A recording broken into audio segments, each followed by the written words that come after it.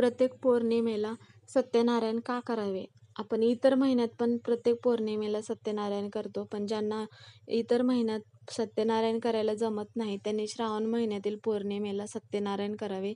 तर सत्यनारायण पूजा केल्याने काय होतं, की आपल्या घरात जर पैशांची अडचण असेल किंवा धनलाभ होत नसेल, तर पैशांच्या अडचणी दूर होण्यास मदत होते.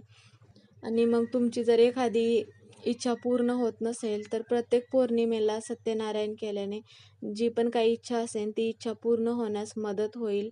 आणि मग जर काही अडचण असेल ती पण अडचण दूर होण्यास मदत होते. त्यामुळे प्रत्येक पौर्णिमेला सत्यनारायण आवर्जून करा. जर प्रत्येक पौर्णिमेला तुम्हाला जमत नसेल, तर श्रावण महिन्यातील ह्या पौर्णिमेला तरी सत्यनारायण नक्की करा.